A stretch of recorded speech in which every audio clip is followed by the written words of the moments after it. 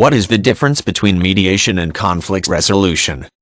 Mediation and conflict resolution are types of dispute resolution often used to solve legal issues outside of the courtroom.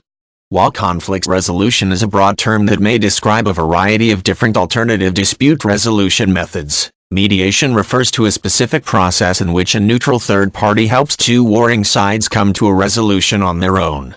Engaging in mediation and conflict resolution can help prevent a long and expensive legal battle by allowing both sides to approach the court with an equitable solution in place. Conflict resolution can refer to any type of alternative bargaining done between two sides outside of the courtroom. In addition to mediation, conflict resolution can also be obtained through arbitration, which is a binding form of judgment that is often faster and less expensive than a traditional trial. Conflict resolution is also sometimes done between the defendant and plaintiff without the interference from lawyers, such as in cases where divorce agreements are worked out by the couple.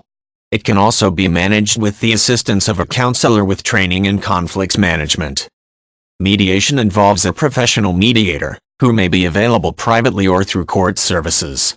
Mediators are distinct from arbiters in that the agreements worked out in mediation are not determined by the mediator but instead are negotiated agreements made between the two parties. Mediation allows a more private, closed-doors atmosphere than traditional litigation and has the advantage of leaving the major decisions in the hands of the disputing parties, rather than allowing a judge or arbiter to make a binding decision. Mediation and conflict resolution are often distinguished from one another by the presence of a neutral, professional third party. Many forms of conflict resolution focus on the two main parties communicating effectively with one another to determine a solution.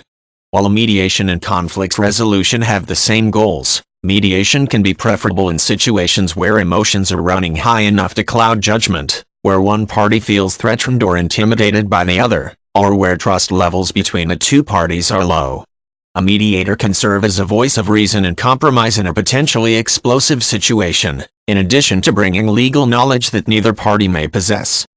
In civil trials where damages are sought or divisions of assets and responsibilities are required, mediation and conflict resolution can help cut down on the amount of court interference necessary.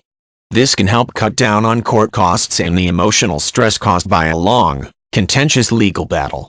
Mediated cases, or those that have undergone some form of conflict resolution, tend to pass through the courts more quickly and feature settlements that are readily acceptable to a judge.